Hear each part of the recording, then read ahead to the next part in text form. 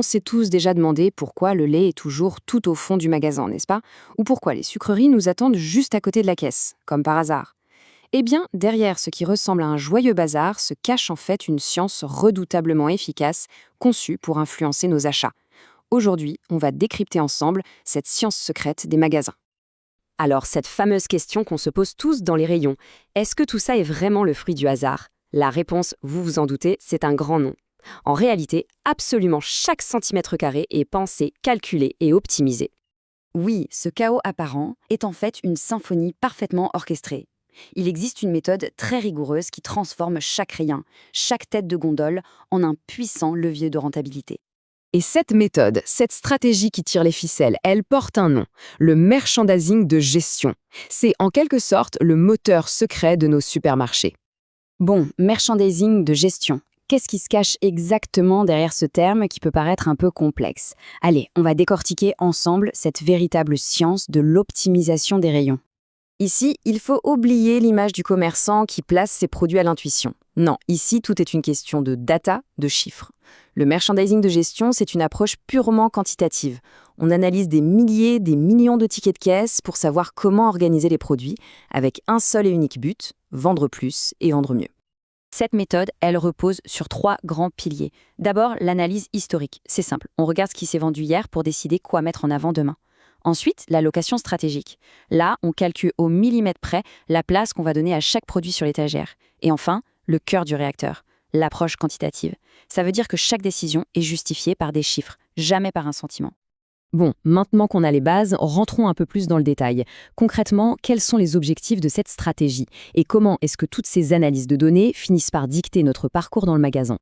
Le but du jeu, il est quadruple. Premièrement, la rentabilité maximale. Il faut que chaque mètre carré rapporte le plus d'argent possible. Deuxièmement, optimiser les ventes sur chaque mètre de rayon. Troisièmement, un point crucial pour nous tous, une gestion des stocks impeccable pour éviter les rayons vides. Et enfin, le plus malin, s'assurer que l'offre en magasin colle parfaitement aux habitudes d'achat des clients du quartier. Au final, tout est une question d'efficacité. Pour y arriver, les distributeurs se transforment en véritables détectives. Ils vont éplucher des montagnes de données de vente, analyser nos comportements d'achat pour comprendre nos habitudes, calculer des ratios de performance pour chaque produit. Et au final, ils établissent un classement. Les produits stars d'un côté et les flops de l'autre, qu'il faudra repositionner ou remplacer. Et attention, tout ça ne se fait pas avec un boulier et une boule de cristal. Il y a tout un arsenal technologique qui se cache derrière cette organisation millimétrée. Voyons ça de plus près. Et s'il y a un outil clé dans tout ça, c'est le planogramme. L'analogie est parfaite, vraiment. Un planogramme, c'est pour un rayon de supermarché ce qu'un plan d'architecte est pour une maison. C'est le plan de bataille détaillé qui dit où placer chaque produit, à quelle hauteur et en quelle quantité. Alors, dans la boîte à outils du retailer moderne, qu'est-ce qu'on trouve? D'abord, des logiciels surpuissants pour analyser les données et simuler des agencements virtuels. Ensuite, des systèmes de gestion d'inventaire en temps réel. Et bien sûr, les fameux planogrammes, ces véritables cartes au trésor qui guident les équipes en magasin. Bon, tout ça, c'est bien beau en théorie, mais en pratique, ça donne quoi? Eh bien, regardons une étude de cas concrète. Elle montre la puissance incroyable d'un simple repositionnement de produit quand il est bien sûr guidé par la data. Alors, tout part d'un constat assez simple, issu de l'analyse des ventes. Les produits qui sont placés en plein milieu du rayon, pile à hauteur des yeux, se vendent beaucoup, mais alors beaucoup mieux que les autres. Et la différence, elle n'est pas anecdotique, loin de là. On parle d'une augmentation des ventes de 25%. C'est juste énorme, et c'est ce chiffre qui a tout déclenché. Du coup, la stratégie est devenue limpide. Il fallait déplacer les produits les plus rentables, les stars des ventes, dans cette fameuse zone en or. Et l'effet a été immédiat, avec un impact sur les ventes de tout le magasin. Et le chiffre final, le voilà. Tenez-vous bien. Une augmentation de 15% du chiffre d'affaires global du magasin. C'est la preuve que juste déplacer quelques produits, mais en se basant sur les bonnes données, ça peut avoir un impact colossal. L'image parle d'elle-même, non? On voit bien le bond entre l'avant et l'après. C'est ça, la puissance des données.